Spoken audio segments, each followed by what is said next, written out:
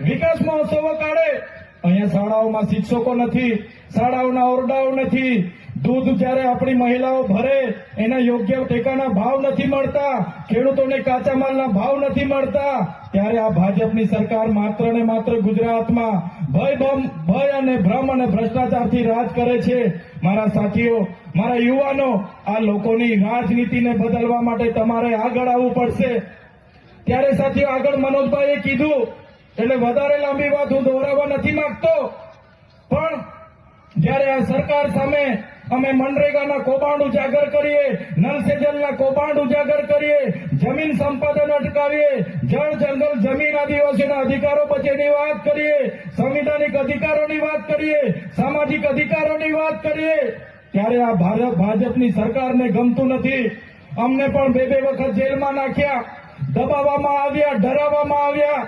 ત્યારે આ ભાજપની સરકારના નેતાઓને, એમની પોલીસને એવું હતું કે આ ચૈતર વસાવા ડરી જશે, પણ આ ચૈતર વસાવા ડરવાવાળા નથી, આ ચૈતર વસાવા લડવાવાળા છે. ત્યારે તમે જોયું હશે, જ્યારે મારા જામીન થયા, ભાજપ સરકારના ઇશારે એમના વકીલોએ, એમના પોલીસે ખોટા સોગંદનામા રજૂ કર્યા. એમણે કીધું કે આ ચૈતર વસાવાને અંબાજીથી ઉમરગામ સુધીના 14 જિલ્લામાં એમણે પ્રવેશબંધી ફરમાવો, લોકોને ગેરમાર્ગે દોરે છે. અને એ પ્રકારની વાહિયાત વાતો કરીને જયારે એમણે સોગંદનામા રજૂ કર્યા, ત્યારે મારા મત વિસ્તારમાં આજે મને પ્રવેશબંધી છે. હું મારા ડેડિયાપાડામાં જઈ નથી શકતો. ડેડિયાપાડામાં મારું કાર્યાલય છે, મારું ગામ છે, મારો પરિવાર ત્યાં છે, મારું ઘર ત્યાં છે, પણ હું વિસ્તારમાં જઈ નથી શકતો.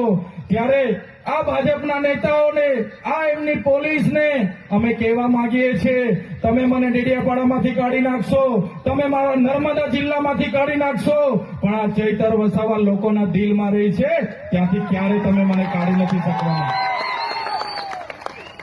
ત્યારે એમને હતું કે નરેન્દ્રભાઈ મોદીને 15મી તારીખે ડેડિયાપાડા લાવશું, દબાવીશું, ડરાવીશું, ધમકાવીશું, સામ દામ દંડ નીતિ અપનાવીશું, ભાજપમાં લાવીશું, ખેસ પહેરાવીશું.